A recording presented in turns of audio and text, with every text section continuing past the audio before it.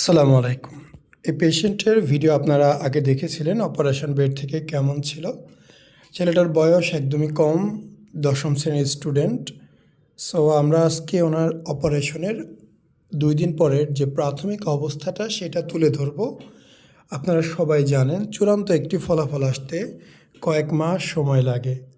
তো স্বাভাবিক যে অবস্থাটা আপনারা দেখতেই পাচ্ছেন, জাস্ট ২ দিন পর ব্যান্ডেজ খোলার পরে যে প্রাথমিক অবস্থাটা বিরাজ করে। বুকে এখনও স্যালাইন আছে, কাটা ছেঁড়ার জন্য ইনফ্লামেশন আছে, ফুলে আছে। এটা আস্তে আস্তে কমে যাবে, সময় লাগবে, ধৈর্য ধরতে হবে। ৩ থেকে ৮ মাস পর্যন্ত সময় লাগতে পারে। তবে পূর্বের যে অবস্থাটা সেটা যদি আপনি বিচার করেন দেখতে পারবেন অনেক বেশি ডেভেলপ হয়েছে, অনেক বেশি ভালো হয়েছে। পরিপূর্ণ শুকাতে সময় লাগবে।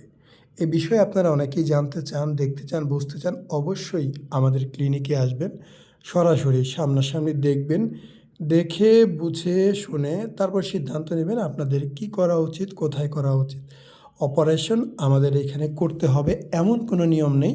তবে আপনারা যদি ভালো মনে করেন অবশ্যই আমাদের প্রতিষ্ঠানে এসে দেখে বুঝে ভালো লাগলে করতে পারেন। স্ক্রিনে নাম্বার আছে, এখানে ফোন করবেন। ধন্যবাদ। আসসালামু আলাইকুম, মোহাম্মদ শাকিল হোসেন বলছি।